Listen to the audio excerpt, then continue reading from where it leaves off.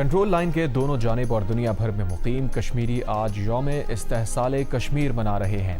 ملک بھر میں تقریبات ہوں گی۔ کل جماعتی حریت کانفرنس کی آج یوم سیاہ منانے کی اپیل۔ بھارت کی مودی حکومت نے 5 اگست 2019 کو مقبوضہ جموں کشمیر کی خصوصی حیثیت ختم کر دی تھی۔ مودی حکومت کا یہ اقدام بین الاقوامی قوانین اور اصولوں کی کھلی خلاف ورزی ہے۔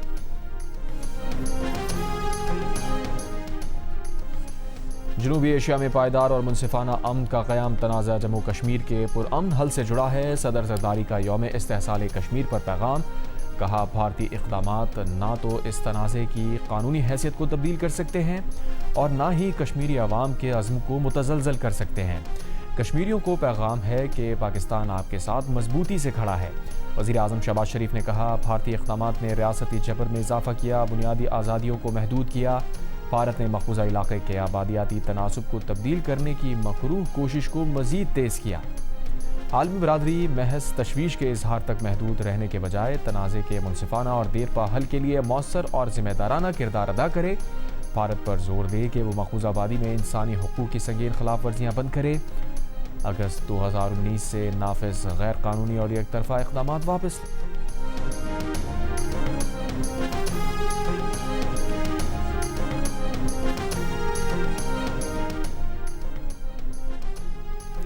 فیلڈ مارشل عاصم منیر پاک فضائیہ اور بحریہ کے سربراہوں کا یوم استحصال پر مقبوضہ کشمیر کے عوام سے اظہار یکجہتی۔ مسلح افواج کا بھارت کے غیر قانونی زیر قبضہ جموں کشمیر کے عوام کے ساتھ غیر متزلزل یکجہتی کا اعادہ۔ مقبوضہ کشمیر میں بھارتی فوجی محاصرہ، انسانی حقوق کی سنگین خلاف ورزیوں پر اظہار تشویش۔ ISPR نے کہا مقبوضہ جموں کشمیر پر بھارتی سیکیورٹی فورسز کا مسلسل غیر قانونی قبضہ باعث تشویش ہے۔ بھارت کی مقبوضہ کشمیر کے علاقے کی آبادی کا تناسب تبدیل کرنے کی کوشش شدید تشویش کا باعث ہے۔ اشتعال انگیز بیانات اور جارحانہ طرز عمل خطے میں عدم استحکام کو مزید بڑھانے کا سبب بن رہے ہیں۔ مسلح افواج کا کشمیریوں کی ناقابل تنسیق حق خود ارادیت کے حصول کی جائز جدوجہد کے لیے غیر متزلزل حمایت کا اعادہ۔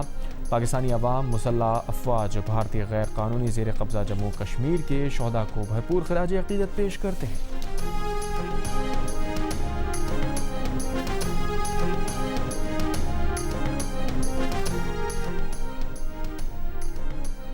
امریکی وزیر خارجہ نے دعویٰ کیا ہے کہ آبنائے ہرموز کو کھولنے کے حوالے سے ایران کے ساتھ ہونے والے مذاکرات میں پیش رفت ہوئی ہے، جلد معاہدہ طے پا جائے گا۔ عرب ٹی وی کا دعویٰ ہے کہ آبنائے ہرموز کو مکمل طور پر کھولنے کا اعلان چند گھنٹوں میں متوقع ہے۔ قطر کا کہنا ہے کہ فریقین کے ساتھ ثالثوں کے ذریعے بات چیت جاری ہے، جلد مثبت پیش رفت کا امکان ہے۔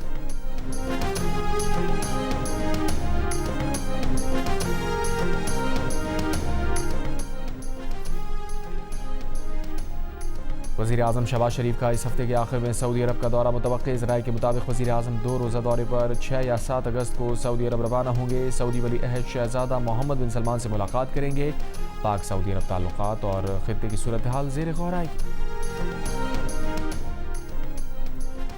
آج پیٹرول کی قیمت 3 روپے 39 پیسے فی لیٹر کم کر دی گئی، جبکہ ڈیزل کی قیمت 4 روپے 7 پیسے فی لیٹر کمی کی گئی ہے۔ پیٹرول کی نئی قیمت 328 روپے 56 پیسے فی لیٹر اور ڈیزل کی نئی قیمت 385 روپے 86 پیسے فی لیٹر مقرر۔ مٹی کا تیل 4 روپے 34 پیسے فی لیٹر سستا کر دیا گیا۔ مٹی کے تیل کی نئی قیمت 297 روپے 30 پیسے فی لیٹر مقرر۔ ویسٹ انڈیز کے خلاف دوسرے ٹیسٹ کا تیسرا دن پاکستانی اسپنرز کے نام، ساجد خان کے 4 اور علی عثمان کے 2 شکار۔ ویسٹ انڈیز نے تیسرے دن کے اختتام پر 6 وکٹ پر 103 رنز بنا لیے، 60 رنز کی برتری حاصل کر لی۔ میچ میں پاکستان کی پوزیشن مستحکم۔ پاکستانی ٹیم پہلی اننگز میں 387 رنز بنا کر آؤٹ ہو گئی تھی۔ عبداللہ شفیق شاندار 160 رنز بنا کر ناٹ آؤٹ رہے۔ بابر اعظم 88 اور اذان اویس نے 55 رنز دیے بنائے۔ پہلی اننگز میں پاکستانی ٹیم نے 43 رنز کی لیڈ حاصل کی تھی۔ یمنی بندرگاہ کے قریب بھارت کے کارگو جہاز پر حملہ، ایرانی میڈیا کے حملہ حدیدہ بندرگاہ کے قریب بحیرہ احمر میں ہوا۔ بھارتی جہاز غرق ہو گیا، یہ واضح نہیں ہو سکا کہ بھارتی کارگو جہاز پر حملہ کس نے کیا۔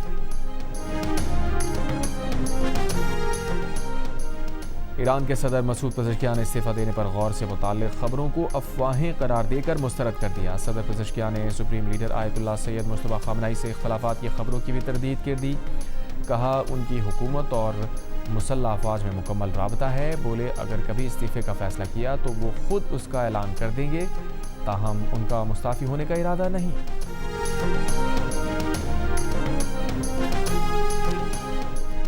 فیلڈ مارشل عاصم منیر کا نیشنل ایمرجنسی آپریشن سینٹر کا دورہ.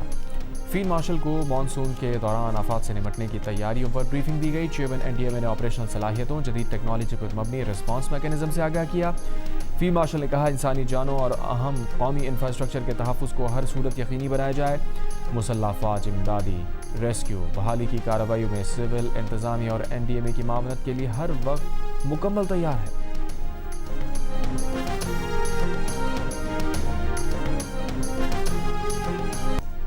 چلاس میں شدید بارشوں سے سیلاب آ گیا. پانی کے ریلوں سے زرعی زمینوں اور فصلوں کو نقصان پہنچا. بابوسر روڈ سیلاب کے باعث ہر قسم کے ٹریفک کے لیے بند. PDMA کے مطابق خیبر پختونخوا میں 29 جولائی سے اب تک بارشوں کے باعث حادثات میں 6 افراد جاں بحق اور 6 زخمی ہو گئے. 65 گھروں کو نقصان پہنچا. واقعات ایبٹ، پشاور، سوات، بنیر، خیبر چترال دیگر علاقوں میں پیش آئے. ادھر فلڈ فورکاسٹنگ ڈویژن لاہور کے مطابق دریائے سندھ میں کالا باغ، چشمہ اور گڈو بیراج پر نچلے درجے کے سیلاب برقرار ہیں.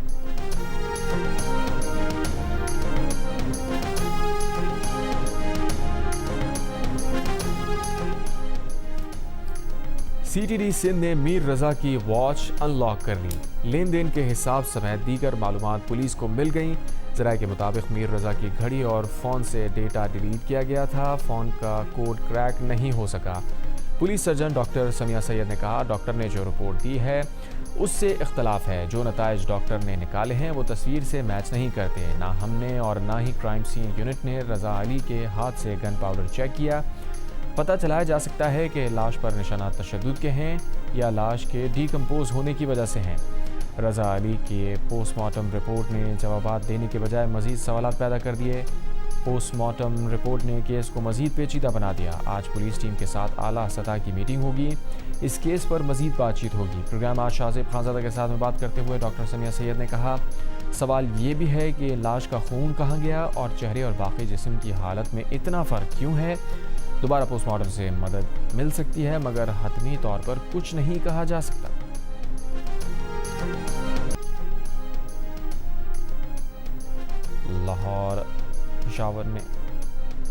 لاہور رائیونڈ کے قریب روہی نالے میں 2 سالہ بچی گرنے سے جاں بحق. کراچی کے علاقے قیوم آباد ڈی ایریا گھر سے 1.5 سالہ بچی کی لاش ملی ہے. پولیس کے مطابق گھر والے بچی کو بے ہوشی کی حالت میں اسپتال لائے. بچی دم توڑ گئی.